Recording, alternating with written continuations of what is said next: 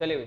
तो लास्टली जो हमने अपना पॉइंट कंप्लीट किया था उसमें हमने कहा था कि बहुत सारे टाइप के डैमेजेस हैं इंडिया में, पहले तो वो मिलेंगे।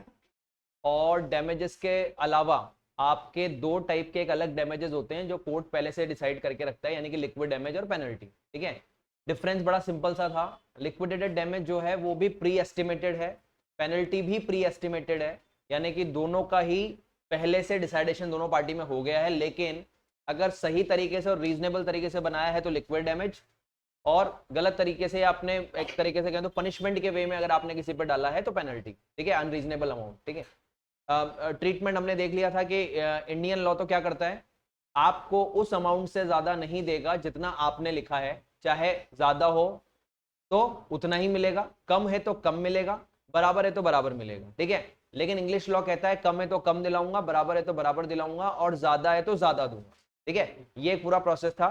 तो ये लिक्विड डैमेज और पेनल्टी का केस है, यहीं से आपके बेसिक जो जितना भी हमने पढ़ा उससे क्वेश्चन बनते हैं।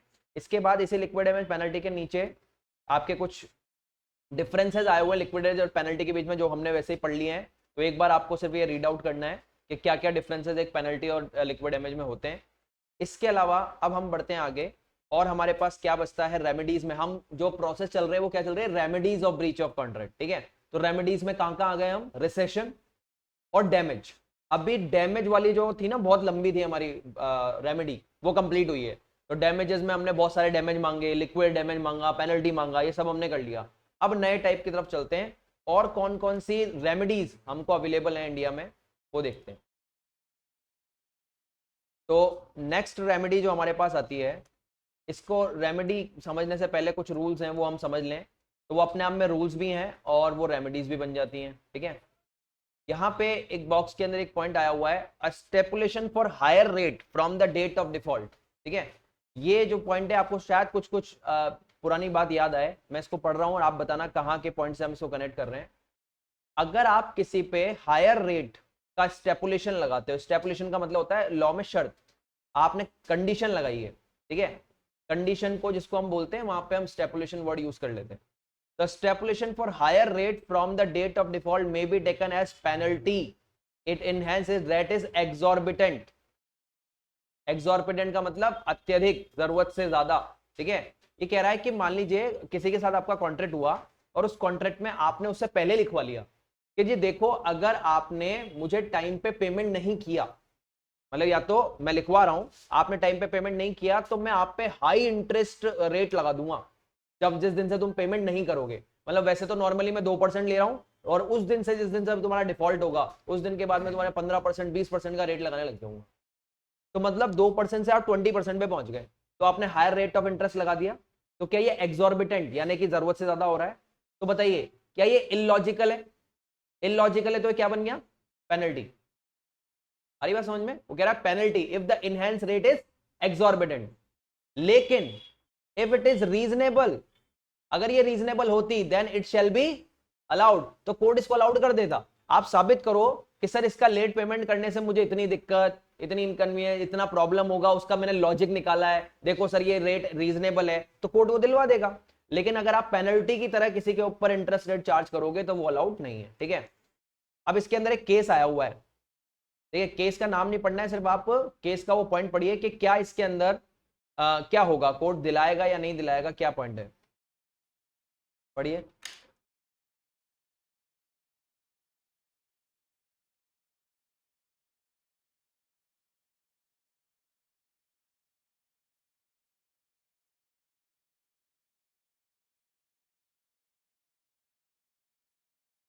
हाँ, if the normal rate of interest fix as 12%, आपका जो नॉर्मल रेट है वो 12% है, लेकिन आपने कहा कि रेट ऑफ इंटरेस्ट जिस दिन से तुम डिफॉल्ट करोगे उस दिन से 36% हो जाएगा, तो 12 से सीधा 36, बड़ा एक्सॉर्बिटेंट लगता है। यानी कि ये क्या ट्रीटमेंट में जा रहा है, पेनल्टी ट्रीटमेंट में। ठीक है, तो कोर्ट ने इसको क्या ले लिया, अनरीजनेबल, और ये क्या कर दिया जाएगा, रिड्यूस। यानी कि जो अभी हम पेनल्टी और लिक्विड डैमेज पढ़ के आए हैं वो इंटरेस्ट रेट पे भी अलाउड होते हैं। आप सिर्फ अमाउंट वाइज बात ना करें, अगर आपने परसेंटेज में इंटरेस्ट रेट लिया है तो वहां भी कोर्ट देखेगा कि कोई जेन्युइन और कोई लॉजिकल तरीके का होगा तो दिला दिया जाएगा, नहीं तो उसको रिड्यूस कर दिया जाएगा। और ये लाइन आपको कहीं ना कहीं, अच्छा इस पे आ नहीं रहा, ये लाइन कहीं ना कहीं आपको ये याद दिला रही है कि हमने इसको एक पॉइंट से कनेक्ट किया है, वो पॉइंट क्या है याद करिए। लेकिन वो तो कर सकते थे ना, अनकंसाइनेबल ट्रांजेक्शन हो रहा है ना, आगे याद। अरे भाई जब आप किसी को इस तरह से पेनलाइज कर रहे हो तो एक अनकंसाइनेबल ट्रांजेक्शन क्रिएट कर रहे हो, ठीक है। तो ये अनकंसाइनेबल ट्रांजेक्शन को मैं कैसे होने दूं अगर ये टाइट लिक्विडिटी वाला नहीं है। तो अगर बैंक ये साबित करे कि मैं 12% की जगह 36% ले रहा हूं क्योंकि मेरी जरूरत है अभी, तब तो कोर्ट दिलवा देगा, तो वो तो फिर रीजनेबल हो गया ना, फिर तो लॉजिकल हो गया। आप ले रहे हो इलॉजिकल, ठीक है, तो ये अमाउंट आपको अलाउड नहीं है, ठीक है। चलिए अब दो नए वर्ड आते हैं हमारे पास, इन दो वर्ड्स को समझेंगे। एक होता है अर्नेस्ट मनी, एक होता है सिक्योरिटी डिपॉजिट। इन पे छोटे छोटे क्वेश्चन बनते हैं 1-2 नंबर के, कि अर्नेस्ट मनी क्या होती है, सिक्योरिटी मनी क्या होती है। तो उस पॉइंट ऑफ व्यू से आप इसको देखिएगा, मतलब मीनिंग वाइज समझना है, दोनों के डिफरेंस समझने हैं। देखिए यहां पर some time when a contract is formed one party give to another a sum as a deposit, ठीक है। देखो क्या होता है, आप भी जानते हैं इंडिया में बहुत सारे कॉन्ट्रैक्ट ऐसे बनते हैं जहां पे आप कॉन्ट्रैक्ट करते टाइम ही पार्टी को कुछ एडवांस पैसा दे देते हो। उन्हें कहा जी ये पकड़ो मेरी तरफ से कॉन्ट्रैक्ट पक्का। और ज्यादातर दुकानदार ये करते हैं कि कल को जी आप तो हमसे बात कर गए और कल को आप गुड्स लेने नहीं आए, मैंने आपके चक्कर में मंगवा लिए। तो एक छोटा सा दुकानदार वाला भी कहता है भाई साहब कुछ पैसे दे जाओ, ठीक है। आपको होलसेल में कोई चीज मंगवानी है, उन्होंने कहा जी 100 पैकेट मंगवा देना। उन्होंने कहा जी भाई साहब मैंने 100 पैकेट मंगा के रख लिए और आप कल को पैसे देने नहीं आए तो एक काम करो 1000 रुपए के आएंगे, 100 पैकेट 200 रुपए तो देके जाओ, ठीक है। तो आपका 200 आने से क्या हो गया, आपका अश्योरिटी हो गई क्या पाएंगे। तो क्या ऐसी एडवांस मनी पे की जाती है। अब इस एडवांस मनी में किस पॉइंट ऑफ व्यू से ये एडवांस मनी दी गई है, उससे ये अर्नेस्ट मनी और सिक्योरिटी मनी में कन्वर्ट हो जाएगी, ठीक है। तो देखिएगा आपने एक डिपॉजिट पे किया है, दिस डिपॉजिट में टेक टू फॉर्म। तो ये डिपॉजिट जिसके पास आप दे रहे हो वो दो तरीके से जा सकता है, अर्नेस्ट मनी और सिक्योरिटी डिपॉजिट। यानी कि जो एडवांस आप दे के आए हो वो अर्नेस्ट मनी होगा या सिक्योरिटी मनी होगा, ये सर्कमस्टांसेस और केस पे डिपेंड करेगा। अब समझते हैं कि एडवांस अर्नेस्ट मनी कब बनता है और सिक्योरिटी मनी कब बनता है। देखिए पहला आ रहा है आपके पास, आपने जो एडवांस पैसा जमा किया है वो अर्नेस्ट मनी कब। It is a kind of advance payment of price. बहुत इंपॉर्टेंट लाइन है, देखिए आपको केस स्टडी में कुछ ऐसी लाइन मिले, एडवांस पेमेंट ऑफ प्राइस, ठीक है, by one party to other out of a larger amount payable. पूरे अमाउंट में से मैंने कुछ एडवांस पेमेंट का अमाउंट आपको एज अ प्राइस जमा करा दिया। इट मींस मुझे आपको 1000 रुपीज देने थे, मैंने 1000 के प्राइस में से आपसे बोला जी 200 तो पकड़ो, 800 और दे जाऊंगा। मेरा इंटेंशन क्या है, मैं प्राइस में से कुछ कम करवा लेना चाहता हूं, समझ रहे हो। 1000 रुपए में से 200 देके मैंने कहा जी 200 का प्राइस तो मैं पे कर ही चुका हूं, अब आप 800 का मुझसे और ले लेना, ठीक है। तो मैंने वो एडवांस पेमेंट किस पॉइंट ऑफ व्यू से किया, प्राइस के पॉइंट ऑफ व्यू से, कि मैं प्राइस में से एक पैसा आपको दे रहा हूं, ठीक है।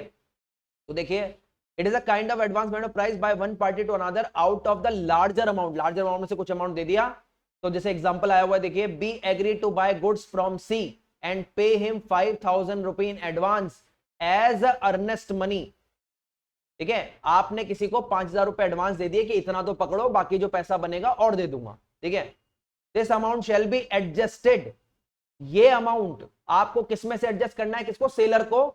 किसमें से करना है, टोटल प्राइस में से। यानी कि जब वो आपको बिल बना के देगा तो क्या लिखेगा, 1000 प्राइस, 200 माइनस 800 पेंडिंग, और वो पेमेंट कैश में लिया या चेक में लिया, 800 बाद में। ये इस तरह से बिल बनेगा, ठीक है। तो टोटल प्राइस में से आप उसको डिवाइड कर दोगे या खत्म कर दोगे। The earnest money paid may or may not be liable. अब यह लाइन आगे लेंगे, पहले आप समझे इसका मतलब क्या निकला। अगर आप प्राइस में से कुछ पेमेंट देने के इंटेंशन से गए हो तो ये अमाउंट अर्नेस्ट मनी कहलाएगा लॉ में। जिसको आप नॉर्मली एक प्राइस का पेमेंट बोलते हो, लॉ उसे अर्नेस्ट मनी बोलता है, लेकिन आपका इंटेंशन प्राइस के पेमेंट होना चाहिए, ठीक है। तो यहां पे हमारे पास एक वर्ड बन गया कि जब जब मैं एडवांस पेमेंट ऑफ प्राइस करके आऊंगा तो ये प्रोसेस लॉ में अर्नेस्ट मनी कहलाएगा, ठीक है। चल अब इसको पहले सिक्योरिटी मनी पढ़ेंगे तो ये फोरफिट वाली लाइन हमको समझ में आएगी।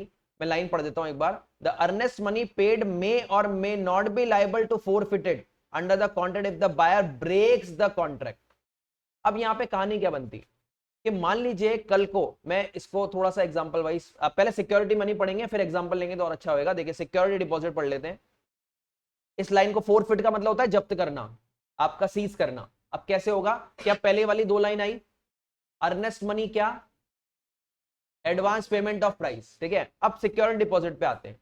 मान लीजिए आपने जो ये 1000 में से 200 रुपीज दिए ना, वो पार्ट पेमेंट ऑफ प्राइस नहीं है, वो है एज अ गारंटी, ठीक है। यानी कि वो सामने वाला सेलर आपसे कह रहा है जी कि देखो अगर आप ये कॉन्ट्रैक्ट परफॉर्म करवाना चाहते हो ना, तो मुझे एज अ गारंटी पहले कुछ पैसे जमा करो, ठीक है। अगर कल को आप ये कॉन्ट्रैक्ट पूरा करने आए, तो क्योंकि आपने मेरे को गारंटी अमाउंट जमा कराया है, तो मैं ये अमाउंट भले आपको वापस रिफंड कर दूंगा, लेकिन आप पहले ये कॉन्ट्रैक्ट के लिए मुझे साबित करो कि आप इस लेवल के बंदे हो और आप इसको एडवांस मुझे पेमेंट थोड़ा सा करो। लेकिन मेरा इंटेंशन इसमें प्राइस का पेमेंट नहीं, गारंटी का वर्ड, ठीक है। तो देखिए, is a payment made as a guarantee that the contract shall be fulfilled by the person. उससे कह रहा हूं कि भैया गारंटी हो जाएगी कि तू ये कॉन्ट्रैक्ट पूरा करेगा ही करेगा, क्योंकि तूने मुझे कुछ गारंटी जमा कराई है। लेकिन who has paid the deposit, जिसने वो डिपॉजिट पे किया है, वो बंदा वो कॉन्ट्रैक्ट परफॉर्म करेगा ही करेगा, ये गारंटी हो गई, ठीक है। लेकिन अगर तूने ये कॉन्ट्रैक्ट पूरा नहीं किया, तो ये जो डिपॉजिट है ना भाई साहब, ये फोरफिट हो जाएगा। इट मींस अगर आप कल को एक कॉन्ट्रैक्ट पूरा करने नहीं आए, तो ये गारंटी का जो अमाउंट आपने दिया है ना, वो मैं जब्त कर लूंगा, ठीक है। ये दोबारा आपको नहीं मिलेगा। लेकिन यहीं पे वो लाइन ले लेता हूं, अगर आपने अर्नेस्ट मनी में किसी को 2200 रुपीज पेमेंट किया एज अ पार्ट प्राइस, और कल को आप कहते हो जी नहीं जी मुझे चीजें नहीं खरीदनी, तो वो 200 rupees is refundable because it's a part payment of price, ठीक है। आपने प्राइस के लिए दिया था जो 1000 का पार्ट था। जब आप 1000 की चीज नहीं ले रहे, तो मैं 200 भी नहीं लूंगा। हाँ, ये बात अलग है कि उसकी वजह से कोई डैमेजेस हुए हो मुझे, तो आप डैमेज में जाओ क्लेम करने। आप अर्नेस्ट मनी नहीं रख सकते कि हाँ जी मैं तो आपके अर्नेस्ट मनी नहीं दूंगा, ठीक है, क्योंकि वो अर्नेस्ट मनी के पॉइंट ऑफ व्यू से रखा गया। तो लॉ में बहुत बड़ा फर्क पड़ गया। फाइनल रिजल्ट क्या निकला, पहला अर्नेस्ट मनी क्या है, part payment of price. Security money क्या है, गारंटी के लिए दिया पेमेंट। दोनों में बहुत बड़ा डिफरेंस। अर्नेस्ट मनी रिकवर हो जाएगी, लेकिन जो सिक्योरिटी डिपॉजिट है वो फोरफिट हो जाएगा अगर आपने कॉन्ट्रैक्ट पूरा नहीं किया तो, ठीक है। अब इसको थोड़ा सा एग्जांपल वाइज देख लेते हैं। देखिए, मैं पहले सिक्योर एडवांस मतलब अर्नेस्ट मनी का अगर हम एग्जांपल लें, तो बहुत सारी जगह पे हम ऐसा करते हैं। मान लीजिए ए को बी से गुड्स लेने हैं, तो इसने कहा जी मैं 1 लाख के गुड्स आपको दूंगा, उसके बदले में आप 20,000 रुपीज का एडवांस जमा करा दो, बाद में जब गुड्स लेके आऊंगा तो 80,000 और दे देना, ठीक है। यानी कि इंटेंशन ही क्या नजर आ रहा है, 20,000 दे दो, 80,000 दे देना, इसका मतलब पार्ट पेमेंट ऑफ प्राइस, ठीक है। तो यहाँ पे part of payment of price में 20,000 रुपीज आ गए। अब ये 20,000 आने के बाद अगर कल को आप कहते हो जी कि मुझे तो ये गुड्स नहीं चाहिए सर, ठीक है, तो आपने ब्रीच ऑफ कॉन्ट्रैक्ट किया, आप डैमेज करोगे, रिसेंड करोगे, लेकिन ये एज अ अर्नेस्ट मनी है भैया, और अर्नेस्ट मनी को क्या नहीं किया था, फोरफिट नहीं किया जाता। लेकिन मैं यही क्लियर कर दूं, कभी कभी अर्नेस्ट मनी भी फोरफिट होगी, ठीक है, वो अभी मैं लेटर ऑन बताऊंगा। पहले ये बात समझ में आती है, अर्नेस्ट मनी फोरफिट नहीं होगी, ठीक है। सेकंड केस लीजिए, सबसे बेस्ट केस आता है हमारे पास सेकंड में। ए ने, इंडिया में बहुत ज्यादा चलता है क्योंकि ये ए ने बी से प्लॉट परचेस कर रहा है वो, ठीक है, तो और ये प्लॉट सेल कर रहा है। बताइएगा इंडिया में प्लॉट परचेसिंग और सेलिंग कैसे होती है, मतलब बिल्डिंग का कोई भी इमोबल प्रॉपर्टी आप खरीद रहे हो कैसे होगा। सबसे पहले होता है उसका एग्रीमेंट जी के, मान लीजिए ये वाली प्रॉपर्टी खरीदने को आया, तो वो कहेगा जी कितने की, उन्होंने कहा जी साहब 2 करोड़ की। तो 2 करोड़ में से सर एक काम करो, मैं आपको थोड़ा सा एडवांस दे देता हूं 10 लाख रुपए। लेकिन जब एग्रीमेंट लिखा जाएगा तो वो 10 लाख एडवांस कैसे लिखा जाएगा कि आपको अगले 3 महीने में 2 करोड़ रुपीस का पेमेंट मुझे करना है, वरना अगर आपने नहीं किया तो ये 10 लाख रुपए भी फोरफिट हो जाएंगे, क्योंकि आपने मेरी प्रॉपर्टी खरीदने के बदले में एज अ सिक्योरिटी मनी मुझे ये दिया। यानी कि वहां इंटेंशन क्या आ रहा है, वहां इंटेंशन पेमेंट ऑफ 2 करोड़ में से 1.9 नहीं है, वहां पे है कि तू ये कॉन्ट्री, ये प्रॉपर्टी खरीदने आएगा क्योंकि तूने 10 लाख दे रखे, ठीक है।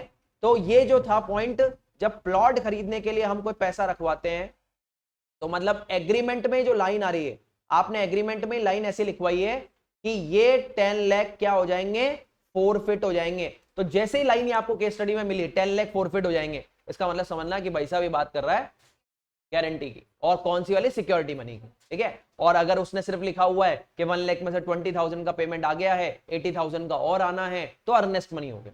ठीक है। अब दोनों सिक्योर, ये हमारा बेस्ट एग्जांपल है हमारा सिक्योरिटी मनी का, जो हम लेते हैं इंडिया में। हर प्रॉपर्टी ऐसे ही बेची जाती है, पहले एग्रीमेंट फिर रजिस्ट्री, पहले एग्रीमेंट फिर रजिस्ट्री। तो एग्रीमेंट के टाइम पे तो आप थोड़ा एडवांस पेमेंट करते हो, ठीक है, लेकिन फाइनल जो रजिस्ट्री होती है, जब आप उस दिन पेमेंट लेके आओगे तो ये फिर मैं आपको रिफंड कर दूंगा, क्योंकि आपका काम, मेरा काम आपने कर दिया, अपनी प्रॉपर्टी खरीद लिया आपने। लेकिन अब आते हैं दोनों के मिक्सचर पे। Earnest money clear, security money clear. कभी कभी अर्नेस्ट मनी भी सिक्योरिटी मनी और सिक्योरिटी मनी अर्नेस्ट मनी बन जाएगी, यानी कि दोनों का मिक्सचर। इसका मतलब ऐसा अमाउंट जो अर्नेस्ट मनी भी है और सिक्योरिटी मनी भी है, तो फिर अर्नेस्ट मनी भी फोरफिट हो सकती है। ठीक है, दोनों। अब देखिए आप, इसी में ले लेता हूं बेस्ट एग्जांपल। क्या भाई बताइए, यही प्लॉट वाले एग्जांपल को मैं दोबारा से कन्वर्ट करता हूं। क्या अगर ये ए और बी अपने प्लॉट के एग्रीमेंट में, ये जो लाइन लिखवा रहे हैं ये प्लॉट के एग्रीमेंट में कि जी मैं आपका 10 लाख रुपीस फोरफिट कर लूंगा अगर आपने 3 मंथ में मुझे पेमेंट नहीं किया तो, ठीक है, ये तो क्या बन गया, सिक्योरिटी अमाउंट। ठीक है, लेकिन इसी के नीचे एक लाइन लिख दी कि जी अगर आप 3 मंथ में पेमेंट लेके आ गए, ठीक है, तो मैं यही 10 लाख रुपीस को पार्ट पेमेंट ऑफ प्राइस मान लूंगा। आ रहा है समझ में? और आपको सिर्फ मुझे अब 1.9 लाख 1.90 सॉरी 1 करोड़ 90 लाख रुपीस आपको मुझे देने रह जाएंगे। क्या ये लाइन एक्स्ट्रा नहीं लिखवा सकता मैं? यानी कि मैं कह रहा हूं कि ये सिक्योरिटी मनी भी मान रहा हूं और इसको अर्नेस्ट मनी भी मान रहा हूं। ठीक है, तू अगर पेमेंट लेके आ गया और तूने मेरा कॉन्ट्रैक्ट परफॉर्म कर दिया तो तुझे देने पड़ेंगे 1 करोड़ 90 लाख। ठीक है, और अगर तूने वो पैसे लेके तू नहीं आया तो ये 10 लाख भी तेरे गए, तो तू फोरफिट भी कर रहा है और तू पार्ट पेमेंट ऑफ प्राइस भी ले रहा है। तो यानी कि अर्नेस्ट मनी क्या बन गई, सिक्योरिटी मनी बन गई। ठीक है, तो यहां पे हमारा जो प्रोसीजर बना, आप कभी कभी अर्नेस्ट मनी भी सिक्योरिटी मनी में कन्वर्ट होगी, और अर्नेस्ट मनी जिस दिन सिक्योरिटी मनी बनेगी उस दिन वो फोरफिट भी होगी। इसीलिए वो बोल रहा है अर्नेस्ट मनी मे बी और मे नॉट बी फोरफिटेड। ठीक है, तो ये हमारे पास लाइन आती है जी। चलिए एक बार देख लेते हैं।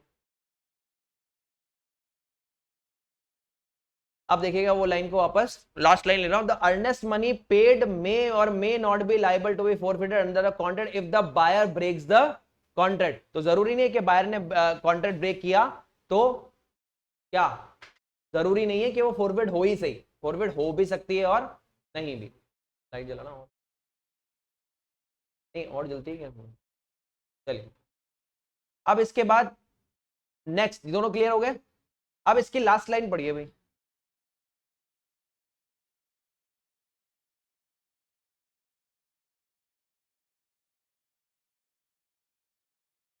लास्ट लाइन समझाना क्या कह रहा है।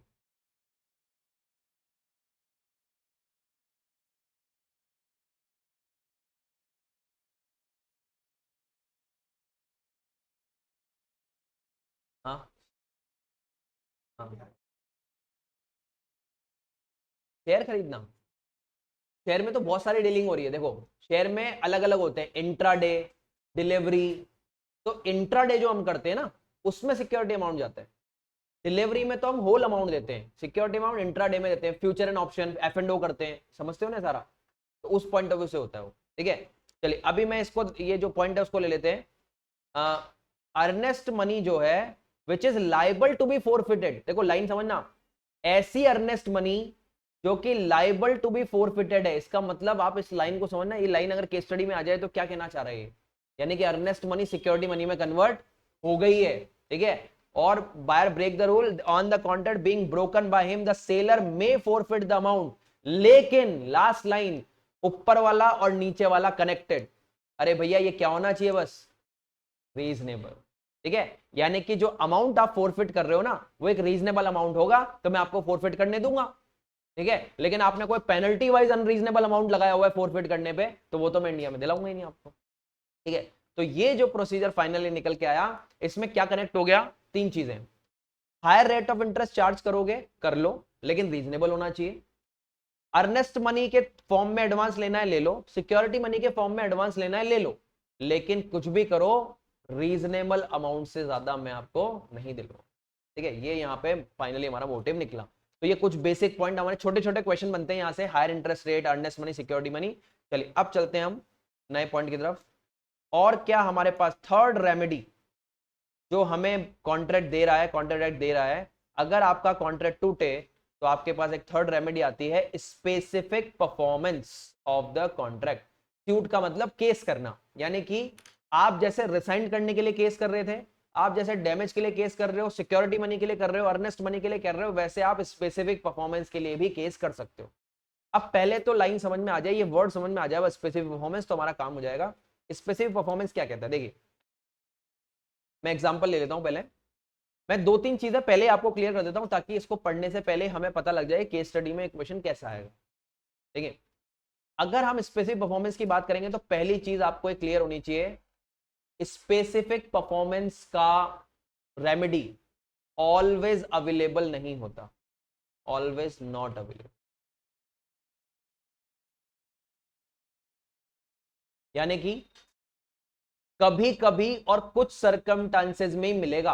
अभी जैसे मैं डैमेज का क्लेम तो मैं हमेशा कर सकता हूं, रिसाइन का मैं केस हमेशा कर सकता हूं, लेकिन इसका केस सिर्फ इंडिया में कुछ ही केसेस में अवेलेबल है जहां पे आपको स्पेसिफिक परफॉर्मेंस मिलेगी।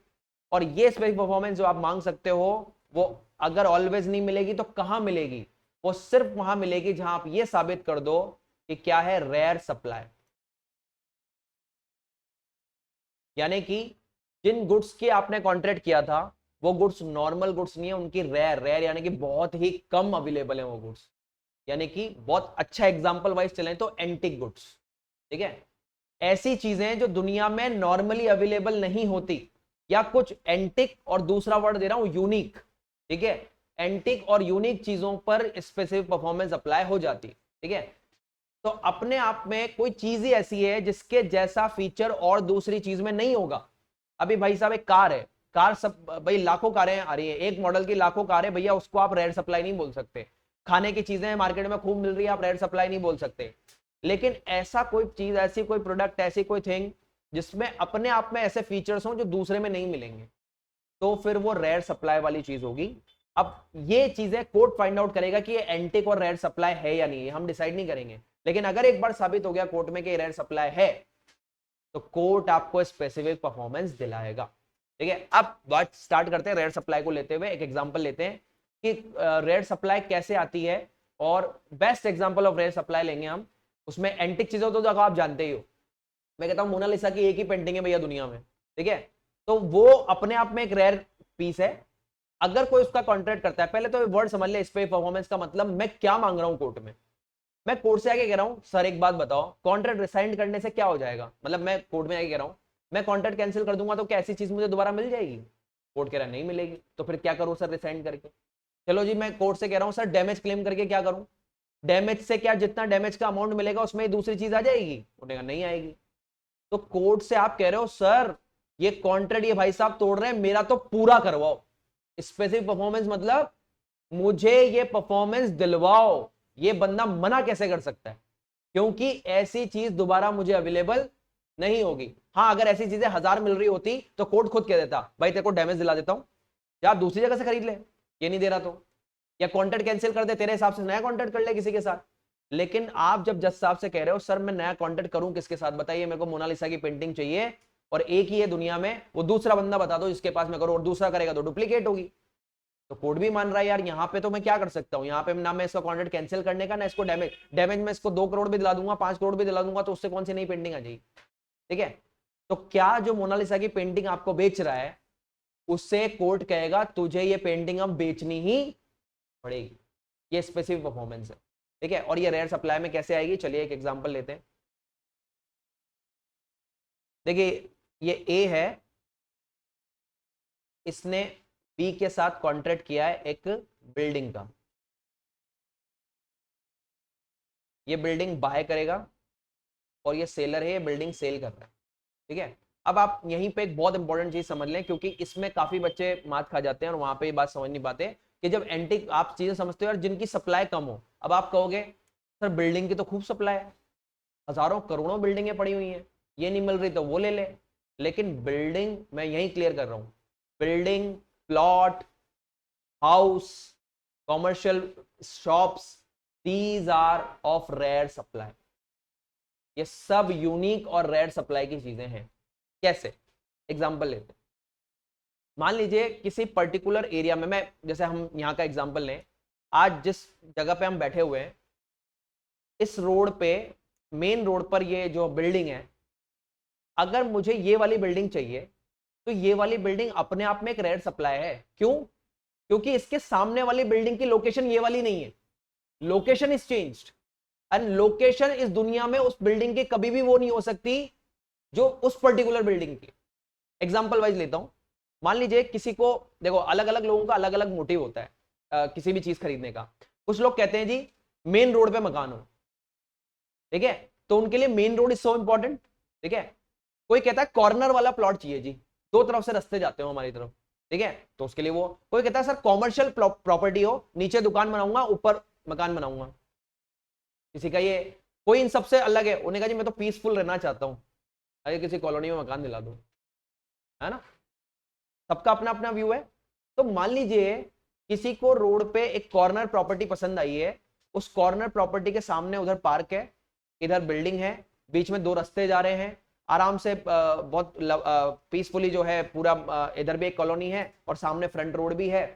तो वो बंदा कह रहा है कि यार ये मकान मुझे बड़ा पसंद आ रहा है उसके पॉइंट ऑफ व्यू से।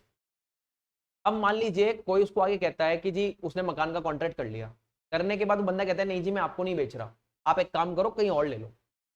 तो क्या आप कोर्ट में ही नहीं कह सकते सर बता दो इस दुनिया में ऐसी कोई जगह दोबारा, क्योंकि अर्थ इज रेयर, ठीक है। ये जगह कहां से लाऊंगा? हाँ, ये बिल्डिंग का नक्शा बन जाएगा, कॉर्नर जगह मिल जाएगी, लेकिन शिला चौधरी रोड पर ऐसी कॉर्नर की जगह दोबारा बता दो मुझे कोटा में मिलाना। जिस रोड पे आप चाहते थे उस रोड पे वो प्रॉपर्टी दोबारा मिलना पॉसिबल नहीं है, ठीक है। तो क्या बिल्डिंग और प्लॉट को आप क्या मान के चलेंगे? Rare supply. तो देखिए कॉन्ट्रैक्ट देखिएगा, ए ने एक बिल्डिंग बहुत पसंद आई उसको, और उसका उसकी पूरी लोकेशन अच्छी लगी है, और इस लोकेशन के बेस पर ए ने बी को ऑफर दिया कि जी मुझे आपका मकान बहुत पसंद है, ये बिल्डिंग बहुत पसंद है, मैं आपको ऑफर देता हूं, मैं इसको खरीदना चाहता हूं, ठीक है। अब इस बिल्डिंग की अभी मार्केट में एक्चुअल वैल्यू मान लीजिए 4 करोड़ है, लेकिन ये बंदा कह रहा है सर मुझे आपकी बिल्डिंग बड़ी पसंद आई, मैं तो इसके 4.5 भी दे दूंगा क्योंकि मेरे को बहुत अच्छा लगा इसका, ठीक है। तो बी ने जैसे ऑफर सुना, बी को बड़ा पसंद आया, उन्हें कहा घर बैठे ज्यादा पैसे देने वाला बंदा आ रहा है तो क्यों ना एग्रीमेंट कर लिया जाए, और इसने इसके साथ एग्रीमेंट कर लिया, इसने एक्सेप्टेंस दे दी और दोनों का बिल्डिंग खरीदने बेचने का एग्रीमेंट हो चुका है, ठीक है। अब इस एग्रीमेंट में इस ए ने इसको 20 लाख रुपीस का एडवांस दे दिया, कॉन्ट्रैक्ट चालू हो गया। इसने टाइम ले लिया 4 मंथ 5 मंथ 6 मंथ में, जी मैं आपको आपके 4.5 करोड़ रुपए लाके दे दूंगा और आप मेरी रजिस्ट्री करवा देना, ठीक है। चलिए, अब इस पूरा प्रोसेस होने के बाद क्या हुआ, भी बड़ा खुश है, सबसे कह रहा है यार बहुत अच्छा रहा, मेरे तो घर बैठे ना इतनी अच्छी प्रॉपर्टी के पैसे आ गए, 4 करोड़ की प्रॉपर्टी जो है 4.5 करोड़ में बिक गई, तो मैं अब है ना कहीं और अच्छा ले लूंगा, मैं भी यहाँ से मेरा मन भी भर गया था, कहीं और जाके ले लूंगा जी, कोई दिक्कत नहीं, ठीक है। अब अचानक क्या होता है, 2 ही दिन निकले थे इस पूरे काम को हुए, और बी के पास एक बंदा और आता है एक्स। एक्स आके बोलता है जी बी से, सर आपका मकान बड़ा पसंद आया सर, लोकेशन बड़ी शानदार है, मुझे ये हाउस चाहिए। तो बी बोल रहा है अरे नहीं नहीं सर, ये नहीं बोल रहा कि मैंने भेज दिया। उन्हें कहा नहीं नहीं सर अभी मुझे नहीं देना, सर सोच लो बहुत बढ़िया ऑफर दूंगा। चाहिए ही नहीं सर, ठीक है। एक्स ने कहा चलो आप तो जो भी हो, मैं तो अपना ऑफर छोड़ जाता हूँ, अगर आपको पसंद आया तो बताना, मैं आपकी प्रॉपर्टी की मार्केट वैल्यू में पता करके आया हूँ 4 करोड़ है, मैं आपको इसके 6 करोड़ दूंगा। बी का तो वही दिमाग खराब, ने कहा यार ये 2 दिन पहले क्या नाटक हो गया, मैं तो उधर ही खुश हो रहा था, ये 6 करोड़ देने वाला बंदा आ गया, ठीक है। तो अब इसका दिमाग क्या घूम रहा है कि यार मुझे इस एक्स के साथ कॉन्ट्रैक्ट करना है, क्योंकि अभी मैंने रजिस्ट्री तो करवाई नहीं है, तो मुझे इसके साथ कॉन्ट्रैक्ट करना है 6 करोड़ में, ठीक है। तो अब फाइनली इस बी ने क्या करा, बी ने इस एक्स के सामने रिवील किया, उन्होंने कहा देखो सर आपका ऑफर तो बहुत अच्छा है, लेकिन मैंने किसी के साथ कॉन्ट्रैक्ट किया हुआ है, और वो अभी देखो 2 दिन पहले वो मेरे से एग्रीमेंट करके गया, तो अब मैं क्या करूं। तो एक्स बोलता है अरे नो प्रॉब्लम यार, सब जुगाड़ है अपने पास। मैं बताओ क्या जुगाड़ है। उन्हें कहा एक काम कर, तू बी को फोन कर, मेरे से एडवांस ले ले, मेरे से एग्रीमेंट कर ले, ठीक है, और बी को फोन कर कि जी मैं अब आपको ये प्रॉपर्टी नहीं बेच सकता, ले जाओ अपने 20 लाख रुपीस। तो बताइए अब ये एक आप पे ब्रीच ऑफ कॉन्ट्रैक्ट का केस कर देगा, करेगा ना। एक्स बता रहा है बी को कि देखो क्या होगा, वो तुम पे ब्रीच ऑफ कॉन्ट्रैक्ट कर देगा। तुम कोर्ट पहुंच जाना, हाँ जी सर मेरे से तो हो गया, बताओ कितना डैमेज दूं, मतलब ए से डैमेज क्लेम करवा लेना, ठीक है। अब ए ने डैमेज में 50 लाख रुपए मांग लिए, चलो जी, तो मैं जो 6 करोड़ दे रहा हूं उसमें से 50 लाख रुपए उसको दे देना, तो भी तो तुम्हारे फायदा ही है। अरे 70 लाख मांग लेगा, 80 लाख मांग लेगा, 1 करोड़ मांग लेगा, क्या मांगेगा डैमेज में, ठीक है, तब भी तुम्हें मेरे साथ कॉन्ट्रैक्ट करने में फायदा है। मेरे 6 करोड़ में तुम उसका भी डैमेज दे दोगे और अपना भी काम चला लोगे, तोड़ दो जी उसका कॉन्ट्रैक्ट, ठीक है। तो एक्स बी ने कहा यार वेल एंड गुड यार, ये तो बहुत अच्छी बात है, ठीक है। अब इधर से पैसा आएगा, उधर डैमेज में भी दे दूंगा और इधर मेरा कॉन्ट्रैक्ट भी हो जाएगा। तो बी ने हाथों हाथ फोन कर दिया एक को जी कि मैं तो ये बिल्डिंग सर आपको नहीं बेच सकता, अभी मुझे समझ नहीं आ रहा मामला, आप अपने पैसे ले जाओ। तो वही ए ने ब्रीच ऑफ कॉन्ट्रैक्ट का केस कर दिया। अब आप पॉइंट समझना, अब इसको पता नहीं है कि ए 1.5 शाणा है, वो कोर्ट में जाके डैमेज क्लेम कर ही नहीं रहा। वो क्या बता रहा है, sir this building is red supply, मेरे को डैमेज नहीं चाहिए, 50 लाख रुपए भी नहीं चाहिए, 1 करोड़ रुपए भी नहीं चाहिए, मुझे तो ये बिल्डिंग ही चाहिए। अब बी कह रहा है अरे सर मैं डैमेज दे रहा हूं ना, बैठे बिठा इसको 50 लाख रुपए दे रहा हूं, 80 लाख रुपए ले रहा हूं, ले तो बैठ। उन्होंने कहा नहीं जी मुझे तो मकान दिलवाओ। तो बताओ जब आप कोर्ट में अड़ गए कि मुझे स्पेसिफिक परफॉर्मेंस ही चाहिए, तो कोर्ट को दिलानी पड़ेगी नहीं दिलानी पड़ेगी, क्यों, क्योंकि इट्स अ रेयर सप्लाई। वो बोल रहा है सर कोर्ट से बोल दिया सर आप तो एक काम करो जज साहब, आप निकलो यहाँ से, मेरे लिए प्रॉपर्टी ढूंढ दो सेम लोकेशन पे सेम कॉर्नर वाली जगह, आप ढूंढ दो मेरे लिए। जज साहब कहेंगे पागल है क्या, मेरे यही काम है क्या, उन्हें तू तो ले ले भाई स्पेसिफिक परफॉर्मेंस, ठीक है। तो बताइए क्या ए का कॉन्ट्रैक्ट बी के साथ पूरा होगा, एक्स के साथ नहीं हो पाएगा, एक्स का कॉन्ट्रैक्ट कैंसिल होगा और ए और बी का कंप्लीट होगा, 4.5 में ही कंप्लीट होगा, क्योंकि इट्स अ रेयर सप्लाई और आपने जो पॉइंट मांगा वो इस पे फिट बैठ रहा है, स्पेसिफिक परफॉर्मेंस। क्या लाइन समझ में आ गई? चल अब चलते हैं हमारे पॉइंट की तरफ। देखिए there are cases where damage and loss suffered. देखो क्या कह रहा है, कुछ केसेस ऐसे होते हैं जिनमें लॉस जो आप डैमेज दिलवा रहे हो ना can not be measure in term of money. कभी कभी मनी टर्म में डैमेज निकालना मुश्किल हो जाता है, क्योंकि चीजें ऐसी हैं, रेयर सप्लाई है, अपने आप में यूनिक चीजें, उनका मनी फॉर्म में डैमेज कैसे निकाल दो, ठीक है। द कोर्ट में in such case where the ordinary remedy of damage is not adequate, court को लग रहा है कि यहाँ पे डैमेज दिलाना एडिक्वेट यानी कि सही नहीं है, नहीं है तो कोर्ट क्या करेगा, डायरेक्टिंग द डिफॉल्टिंग पार्टी, तो कोर्ट डायरेक्ट करेगा, इंस्ट्रक्ट करेगा डिफॉल्टिंग पार्टी को कि भैया आप इस कॉन्ट्रैक्ट को परफॉर्म करो ही करो, क्योंकि मुझे यहाँ पे डैमेज सही नहीं लग रहे, ठीक है। तो आपको परफॉर्मेंस देनी पड़ेगी। Specific performance is an order, ये एक ऑर्डर है कोर्ट का, directing the defendant to fulfil his obligation, कि तुम्हें अपनी जिम्मेदारी इस कॉन्ट्रैक्ट में पूरी करनी ही पड़ेगी, ठीक है। तो देखो specific performance discretionary remedy and only available. Discretionary remedy का मतलब समझना, आप कोर्ट में बोल सकते हो स्पेसिफिक परफॉर्मेंस दो, कोर्ट देगा नहीं देगा ये उसकी मर्जी।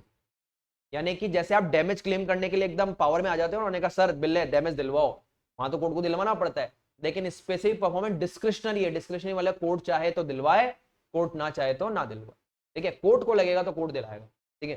तो discretionary remedy and is only available where damage are not adequate, और वही वाला रूल अभी हमने पढ़ा था, क्या जबरदस्ती कभी भी क्वासी कॉन्ट्रैक्ट बना देगा क्या कोर्ट, पीछे कुछ प्रिंसिपल काम कर रहे हैं ना, तो वैसे ही यहां भी एक प्रिंसिपल काम कर रहा है कि आपको स्पेसिफिक में तभी दिलवाऊंगा जब आपका डैमेज एडिक्वेट नहीं होगा।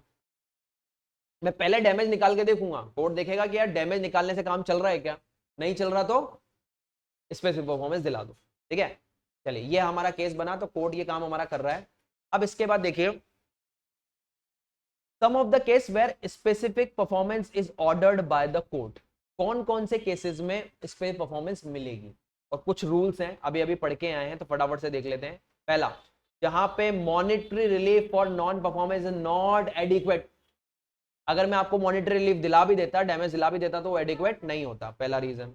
दूसरा, where no standard is available to ascertain the value, चलो उल्टा, मान लो उसकी वैल्यू निकालना ही पॉसिबल नहीं हो पा रहा, मैं कैसे इसका एक्चुअल डैमेज निकालूं क्योंकि उसके पैरामीटर्स ही नहीं मिल रहे, ठीक है, मतलब कोई चीज ऐसी है जिसको भाई कोई ना कोई दुनिया में साइंटिफिक पैरामीटर तो हो किसी चीज को नापने का, और उस चीज को नापा ही नहीं जा रहा, कोई कोई उसकी अलग वैल्यू बता रहा है, कोई उसकी अलग वैल्यू बता रहा है, एक्सपर्ट्स को भी समझ में नहीं आ रहा। तो इतने डिलेमा और डाउट से तो बढ़िया है कि परफॉर्मेंस ही दिला दो। ठीक है, तो available to ascertain value of the actual damage, अगर आप एक्चुअल डैमेज की वैल्यू नहीं निकाल सकते कॉज बाय नॉन परफॉर्मेंस, तो भी आपको स्पेसिफिक परफॉर्मेंस मिल जाएगी। तीसरा, where it is not probable that compensation money will be available, ये भी एक कहानी समझे। अरे भाई ऐसा भी तो हो सकता है, कोर्ट ने फाइनली ऑर्डर दे दिया उस पर्सन को, डिफेंडेंट को, कि जी आप तो 1 करोड़ का इनको वो दो डैमेज, उधर वाली पार्टी कह रही है कौन है हमारे पास, यानी कि वो मना कर रहा है, उन्होंने कहा सर मेरे पास तो इतना डैमेज देने के लिए ही नहीं है। तो जब तेरे पास डैमेज देने के लिए नहीं है तो क्या कर, परफॉर्मेंस दे। ठीक है, तो probable compensation of money is not available, आपके पास डैमेज का अवेलेबिलिटी नहीं है तो फिर आप परफॉर्मेंस दो। तो 3 केस बन गए हमारे, जहां मुझे लगता है कि मॉनेटरी रिलीफ नहीं मिल रहा, मतलब अच्छा नहीं मिल रहा है, दूसरा जहां पे मैं असर्टेन नहीं कर पा रहा वैल्यू, और जहां पे तुम रेडी नहीं हो कि मैं तुम्हारे पास कंपनसेशन मनी अवेलेबल ही नहीं है। तो इन तीनों केसेस में तुम्हें स्पेसिफिक परफॉर्मेंस मैं दिलवा दूंगा। ठीक है, अब जो एग्जांपल आया हुआ है वो आप पढ़िए, मैंने आपको बता दिया है पूरा, आपको इसमें कुछ वही वर्ड मिलेंगे, और जो जो इंपॉर्टेंट वर्ड मैंने बताए थे अगर वो मिल रहे हैं तो अंडरलाइन करते हुए चलिएगा, उनको पढ़ाने की जरूरत नहीं है। Land, building, rare articles, unique goods, ये सब आपके इसमें कवर होंगे। ठीक है, जिनका क्या नहीं है मार्केट में, लास्ट लाइन एग्जैक्ट सब्स्टिट्यूट, उसका अवेलेबल नहीं। ठीक है, चलिए, तो ये आपका बना स्पेस परफॉर्मेंस।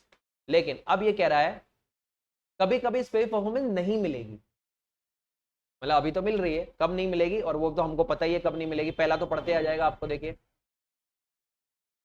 जहां पे कंपनसेशन सही है, तो मुझ कोर्ट को लग रहा है कंपनसेशन सही है तो क्यों दिलवाऊं भैया। दूसरा बताओ, जहां पे पर्सनल नेचर का कॉन्ट्रैक्ट है वहां पे स्पेसिफिक परफॉर्मेंस कैसे दिलवाऊं। मैरिज का कॉन्ट्रैक्ट, एक बंदा कह रहा है मुझे से शादी नहीं करनी, कोर्ट कह रहा है नहीं करनी पड़ेगी, कैसे करा दूं भाई, दोनों की मर्जी नहीं है, तो यहां पे कैसे आपका करवा दूंगा कॉन्ट्रैक्ट। ठीक है, तो ब्रीच ऑफ मैरिज या कॉन्ट्रैक्ट ऑफ मैरिज के अंदर ये नहीं होता। पेंटिंग, पिक्चर, ये जो पर्सनल स्किल्स के कॉन्ट्रैक्ट है ना, उनमें स्पेसिफिक परफॉर्मेंस नहीं मिलती। ठीक है, क्योंकि जो बंदा रेडी नहीं है परफॉर्मेंस देने के लिए, उसकी विलिंगनेस ही नहीं है देने के लिए, तो मैं क्यों दिलवाऊं। ठीक है, फिर लास्ट में इसको देखिए आगे, where it is not possible for the court to supervise the performance. अब देखिए of the contract is building contract, ये कह रहा है कि मान लीजिए कोर्ट ये कभी कभी देखो कोर्ट के सामने ऐसे भी प्रॉब्लम आ जाती है कि जी ये कह रहा है कि आप जो ये परफॉर्मेंस है, स्पेसिफिक परफॉर्मेंस बिल्डिंग की दिलवा दो मुझे। तो किसी का ये था कि ये बिल्डिंग बना रहा था वो बंदा, तो सर ये बन के तैयार होके मिले मुझे यहाँ पे, ये अश्योर करवाओ। तो इसमें एक प्रॉब्लम आ जाती कभी कभी कोर्ट के सामने कि वो बंदा कह रहा है सर देखो मैं तो वहां जाऊंगा नहीं, मेरे से बार बार इसकी लड़ाई होगी, आप देखने जाओ। जज साहब कहेंगे अरे मेरे ये काम रह गया, मैं कोर्ट छोड़ूंगा और तेरा बिल्डिंग का काम देखने जाऊंगा। यानी कि जहां कोर्ट की जिम्मेदारी आ जाए काम को सुपरवाइज करने की, तो कोर्ट वहां पर बचता है। उन्होंने कहा यार हमारे पास इतना स्टाफ थोड़ी है भाई कि मैं तेरे लिए वहां पे बिल्डिंग देखने भेजता रहूंगा, तो ऐसी जगह पे फिर मैं डैमेज दिलवा दूंगा। ठीक है, तो जहां जहां कोर्ट को परफॉर्मेंस को सुपरवाइज करने का प्रॉब्लम आ जाता हो, कोर्ट कहेगा हाँ एक ऐसी जगह है जहां पे आज डिसीजन देना है, काम खत्म, तो मैं कर दूंगा, लेकिन मुझे जा जाकर साल 2 साल 3 साल तक चेक करनी पड़े चीजें, वैसा काम हमसे नहीं होगा भैया। वहां पे फिर कोर्ट क्या, क्योंकि अभी अभी हमने पढ़ा कोर्ट का डिस्क्रिप्शन है, चाहे तो दिलाए चाहे तो ना दिलाए, तो कोर्ट फिर डैमेज ही दिला देगा। ठीक है, और लास्ट में when one party the contract is not competent, आगे पॉइंट समझ में। तो अरे आपने इसके साथ कॉन्ट्रैक्ट किया था माइनर है, तो माइनर से स्पेसिफिक परफॉर्मेंस कैसे दिलाऊं, तो ज्यादा से ज्यादा क्या दिला सकता हूं, डैमेज, और वो भी कब, वो जब नेसेसिटी के गुड्स हो, तो फिर भी मैं उसके प्रॉपर्टी बेच दूं, वरना वो भी नहीं मिलना तेरे को। तो हमने माइनर के अंदर ही एक रूल पढ़ा था, याद करिए, minor is not liable for specific performance, वो ये पॉइंट। ठीक है, तो माइनर से परफॉर्मेंस नहीं दिलाई जाती। फाइनली हमारे पास रिजल्ट क्या निकला पूरे पॉइंट का, स्पेसिफिक परफॉर्मेंस एक ऐसा रेमेडी है जिसमें आप कहते हो कि मुझे तो ये चीज कंप्लीट चाहिए, लेकिन कोर्ट वो चीज कंप्लीट तभी कराएगा जब ये कोई रेयर सप्लाई, कोई यूनिक आइटम, कोई अपने आप में स्पेशल चीज, कोई एंटिक चीज होगी तो ही कोर्ट ये दिलवाएगा, ठीक है। जहां पे मॉनेटरी कंपनसेशन एडिक्वेट नहीं नजर आ रहा, जहां पे आपका वैल्यू असर्टेन करना पॉसिबल नहीं हो पा रहा, और जहां पे कंपनसेशन ऑफ मनी अवेलेबल नहीं हो पा रहा, वहां पे दिला देगा। लेकिन कहीं कहीं अगर डैमेज एडिक्वेट है तो नहीं दिलाएगा, कहीं कहीं पे उनको सुपरवाइज करना पड़ रहा है तो नहीं दिलाएगा, पर्सनल नेचर वाले में नहीं दिलाएगा, और माइनर के साथ नहीं दिलाएगा। बात क्लियर? ये था हमारा स्पेसिफिक परफॉर्मेंस का थर्ड रेमेडी, ठीक है। थर्ड रेमेडी के बाद चलते हैं जी, एक और रेमेडी आज हम कंप्लीट करेंगे, और इसका नाम है हमारा सूट फॉर इंजंक्शन, ठीक है। तो फिर से मैं केस कर रहा हूं। अब देखिए कितने केस कर दिए मैंने कॉन्ट्रैक्ट को कैंसिल करने का केस किया, डैमेज लेने का केस किया, उसके बाद स्पेसिफिक परफॉर्मेंस का केस किया। अब की बार मैं कोर्ट से क्या मांग रहा हूं? अब की बार मैं कह रहा हूं जी मुझे इंजंक्शन दिला दो। इंजंक्शन क्या? इंजंक्शन का मतलब है स्टे ऑर्डर, मैंने आपको पहले भी लिखवा दिया था। ये भी बहुत अच्छा रिलीफ है, कभी बहुत सारे लोग इसको ट्राई करते हैं, और ये रिलीफ कैसे मिलता है वो देखिए, और कब मिलता है। देखिए ये रिलीफ कैसे मिलेगा, एग्जांपल ले लेते हैं। मान लीजिए ये ए जो है, इसका जो एक पर्सन है बी, इन दोनों का प्लॉट बिल्कुल पास पास में है। इसका भी एक प्लॉट है जो इसने खरीदा हुआ है, और इसका भी एक प्लॉट है, दोनों के प्लॉट पास पास में है। दोनों को 25 और 25 फुट के दो प्लॉट मिले हैं किसी कॉलोनी के अंदर, दोनों ने ले लिए, ठीक है। अब पॉइंट क्या हुआ, अभी ए इस प्लॉट में कंस्ट्रक्शन नहीं कर रहा, लेकिन बी ने अपने प्लॉट में कंस्ट्रक्शन स्टार्ट कर दिया, ठीक है। तो क्या हुआ, अब बी, ए तो आ नहीं रहा वहां पे, ये कर रहा है अपना कंस्ट्रक्शन, तो इसका कंस्ट्रक्शन चल ही रहा है, मतलब अभी इसने दीवार उठाई है और उस ए का वहां जाना हुआ। तो एक क्या देखता है, एक को थोड़ी सी गड़बड़ लगी कि यार ये बंदा है ना 1 फुट मेरी जमीन के अंदर बना रहा है।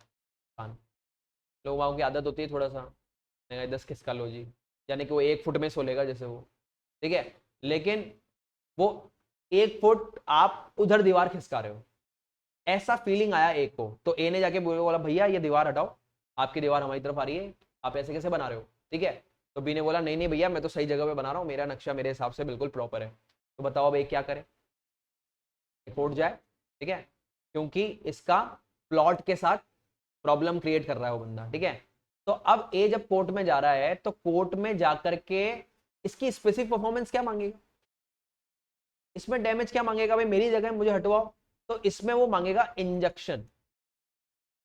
इंजंक्शन कैसे मांगेगा? इंजंक्शन मतलब जाते कोर्ट से वो एक बात बोलेगा, सर चेक करवाओ और अभी के अभी काम रुकवाओ। रीजन, स्टे, स्टे का मतलब काम रुकवा दो, उसकी बिल्डिंग नहीं बननी चाहिए। रीजन, क्योंकि सर देखो अगर ये केस चलेगा तो ये तो 3 से 5 साल चलेगा कि वो जगह मेरी है केस की है। अब 3 से 5 साल अगर ये केस चलता रहेगा तो 4 मंजिल की बिल्डिंग खड़ी कर देगा।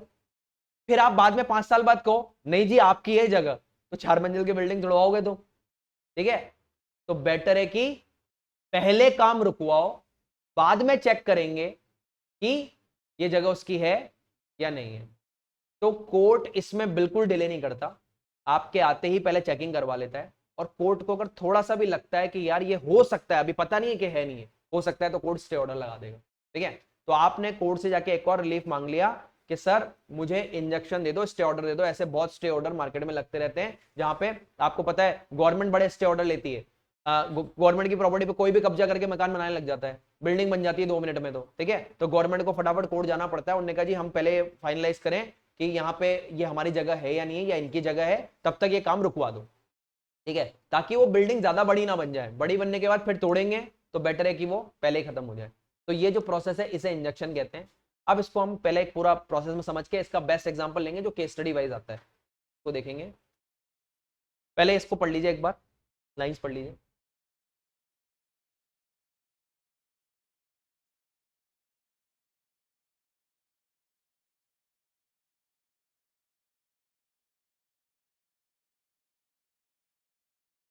यहाँ आ रहा है restraining a person from doing a particular act. मैं रेस्ट्रेन कर रहा हूं, रोक रहा हूं। और ये क्यों किया जाता है? कभी कभी इसको कॉन्ट्रैक्ट में लिखवा लिया जाता है एज अ नेगेटिव टर्म, ताकि आप उस नेगेटिव टर्म को परफॉर्म ना करें कि जी ऐसा किया तो मैं स्टे ऑर्डर लगा दूंगा, ठीक है, ताकि आप डरें। वही एक डर बनाने के लिए, जैसे हमने आगे पढ़ा, वैसे हम स्टे ऑर्डर का उसको डर दे देते हैं, ठीक है। तो put it differently, where a party is in a breach of negative term, अगर उस पार्टी ने वो नेगेटिव टर्म ब्रीच करी तो क्या होगा, द कोर्ट में बाय इशूइंग एन इंजंक्शन, तो कोर्ट क्या करेगा, इंजंक्शन इशू कर देगा, restrain him from doing what, मतलब जो भी वो करने वाला था उससे उसको कोर्ट क्या करेगा, रेस्ट्रेन कर देगा। तो बड़ी बेसिक चीज है, अगर आपने उससे पहले बोला था कि जी ये नेगेटिव टर्म आपको नहीं करनी है, फिर भी वो बंदा वो कर रहा है, तो आपको फिर स्टे ऑर्डर लेने का राइट मिल जाएगा और कोर्ट में जाकर के आप उसको रेस्ट्रेन करवा दोगे। अब इसका एग्जांपल ले लेते हैं, इसको कॉन्ट्रैक्ट की नजर में, अभी तो मैंने इंडक्शन समझा दिया, अब कॉन्ट्रैक्ट की नजर में देख लेते हैं इसको क्या कह रहा हूं। अब देखिए कॉन्ट्रैक्ट के पॉइंट ऑफ व्यू से जब हम देखेंगे तो हमारा जो एक केस स्टडी आया हुआ है वो मैंने इसमें भी दिया हुआ है, मतलब वो अलग तरीके से, मैं थोड़ा सा उसको अलग तरीके से ले लेता हूँ। यहाँ पे देखिए, आप इसको सब जानते हैं, यशराज मूवीज, यशराज प्रोडक्शन को जानते हैं ना, ठीक है, बड़ा नाम है फिल्म इंडस्ट्री के अंदर, और सक्सेस रेट ऑफ मूवीज करीबन प्रोबेबिलिटी 95% केसेस में मूवी सक्सेस होती ही होती हैं, ठीक है, तो ऐसा ट्रेंड रहा है। अब मैं इसको एक बेसिक आइडिया से, एक प्रोबेबल आइडिया लेकर के मैं बना रहा हूँ, क्योंकि इससे आपको चीज समझ में आ जाएगी।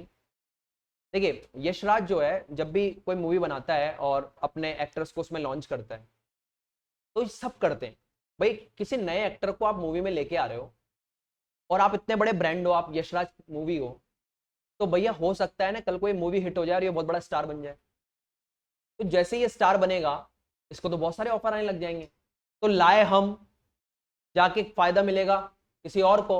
तो मैं एग्जांपल ले रहा हूं कि रणवीर सिंह को लॉन्च किया था इसमें बैंड बाजा बारात में, यशराज ने पहली बार एक बेसिक सा लड़का जिसको मतलब आप अनुष्का शर्मा के अगेंस्ट ला रहे हो, ठीक है, उसकी किस्मत के वो रोल के लिए फिट बैठ गया, वरना यशराज शाहरुख खान और उनसे नीचे तो बात ही नहीं करता, ठीक है। तो ऐसी कंडीशन में रणवीर सिंह, अगर हम एक हाइपोथेटिकल बना रहा हूं, इनका हुआ होगा, वैसे तो हुआ होगा बट मैं इसको क्लियर कर रहा हूं, और इसी रीजन से जहां मुझे लगता है वो इस रीजन में आप देखिएगा, यशराज ने जब रणवीर को लॉन्च किया होगा तो रणवीर से साथ एक एग्रीमेंट बना होगा इनका, उन्होंने कहा जी आप हमारी मूवी में लॉन्च हो रहे हो और कल को अगर हमारी मूवी सक्सेसफुल हो जाती है और आप रातों रात स्टार बन जाते हो तो आपको बहुत सारे ऑफर्स आएंगे अलग अलग मूवीज के, हमने आपको लॉन्च किया, कल को आप हमारा प्रोडक्शन हाउस छोड़ के किसी और के यहाँ चले जाओगे, हमें क्या फायदा हुआ आपको लाने का, ठीक है।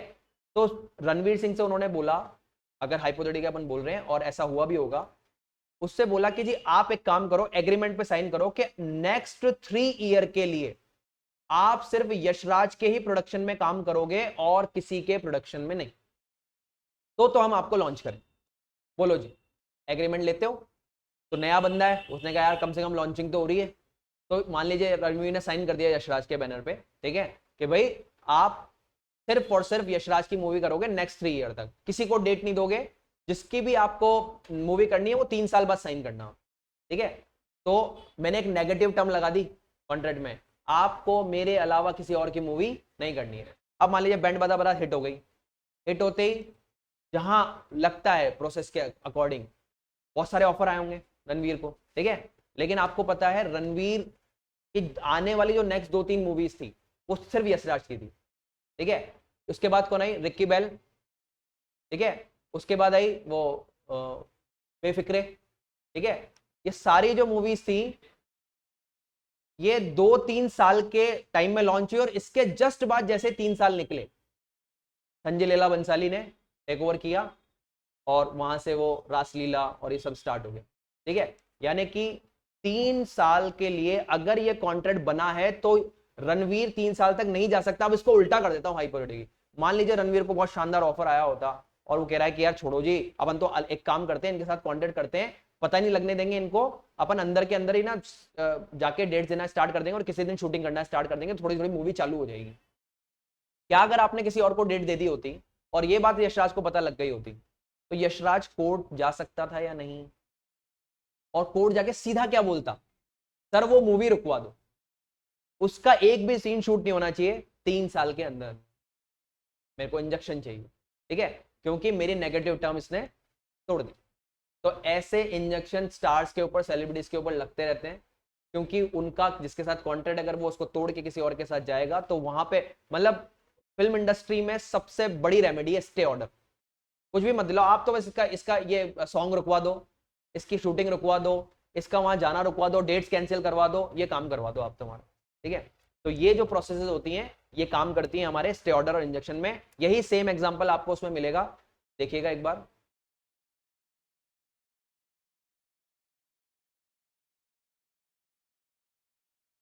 ये ऊपर वाला एग्जांपल पढ़िए एक बार।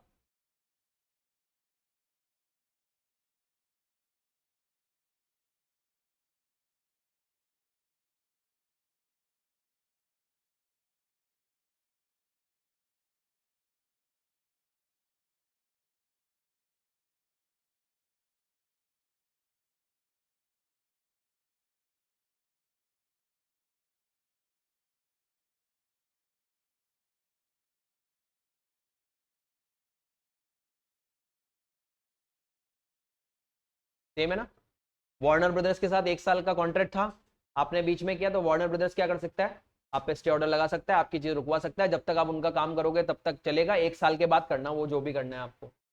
तो ये है आपका इंजेक्शन का पॉइंट ऑफ व्यू, ठीक है। चलिए अब हमारे पास फाइनल एक पॉइंट रह जाता है इसके अंदर, बाकी हमारे लगभग लगभग सारे हमने डैमेजेस देख लिए। तो फाइनल हमारे पास रिजल्ट क्या निकला बताते चलना जी भाई। रेमेडीज में पहला रिसाइंड करें, डैमेज में कौन कौन से डैमेज क्लेम कर लें, ऑर्डिनरी, स्पेशल, रिमोट नहीं मिलेगा, नॉमिनल मिल जाएगा, कभी कभी विंडिक्टिव और एग्जाम्पलरी मिल जाएगा, इनकन्वीनियंस का पैसा मिल जाएगा, मेंटल पेन और सफरिंग का मिल जाएगा, प्री कॉन्ट्रैक्ट के खर्चे मिल जाएंगे, डिले इन डिलीवरी का पैसा मिल जाएगा, ये सारा पैसा मार्केट वैल्यू पर ही मिलेगा, क्वासी कॉन्ट्रैक्ट के टूटने पर भी ये पैसा मिल जाएगा। अरे साइड, इसके लिए आपको प्रिंसिपल ऑफ मिटिगेशन लगाना पड़ेगा, यानी कि आपको भी लॉस मिनिमाइज करने का ट्राई करना पड़ेगा। और अगर ये सारा डैमेज आपने पहले से ही डिसाइड कर लिया था तो ये लिक्विड डैमेज और पेनल्टी में चला जाएगा। लिक्विड डैमेज डिसाइड किया तो वो रीजनेबल होगा, पेनल्टी अनरीजनेबल होगी, ठीक है। इसके बाद हायर इंटरेस्ट रेट चार्ज करना, हाँ कर सकते हो लेकिन रीजनेबल। अर्नेस्ट मनी भी ले सकते हो, सिक्योरिटी मनी भी ले सकते हो। अर्नेस्ट मनी का मतलब है आप प्राइस में से पार्ट पेमेंट ले रहे हो, सिक्योरिटी मनी का मतलब है आप गारंटी का पैसा ले रहे हो। लेकिन कभी कभी अर्नेस्ट मनी भी सिक्योरिटी मनी बन जाएगी, यानी कि मैं प्राइस का पेमेंट भी ले रहा हूं और सिक्योरिटी में एडवांस को फोरफिट भी करूंगा, तो फोरफिट करने का राइट आते हैं वो अर्नेस्ट मनी सिक्योरिटी मनी बन गई, ठीक है। फिर हमने पढ़ा जी कभी कभी आप स्पेस परफॉर्मेंस ले सकते हो, simple case, rare supply, unique item, antique चीजें, प्लॉट, बिल्डिंग, इन सब में आप स्पेस परफॉर्मेंस ले पाओगे और आपको कोड कहेगा कि आपको एक कॉन्ट्रैक्ट पूरा करना ही पड़ेगा। कभी कभी कुछ केसेस में आपने अगर कॉन्ट्रैक्ट में किसी के ऊपर एक नेगेटिव शर्त डाली है कि ये आपको नहीं करना है और वो काम कर देता है, तो पहुंच जाओ जी इंजंक्शन लेने स्टे ऑर्डर, और वो स्टे ऑर्डर से वो काम रुक जाएगा और आपको अपनी रेमेडी मिल जाएगी, ठीक है। चलिए आज के लिए इतना ही।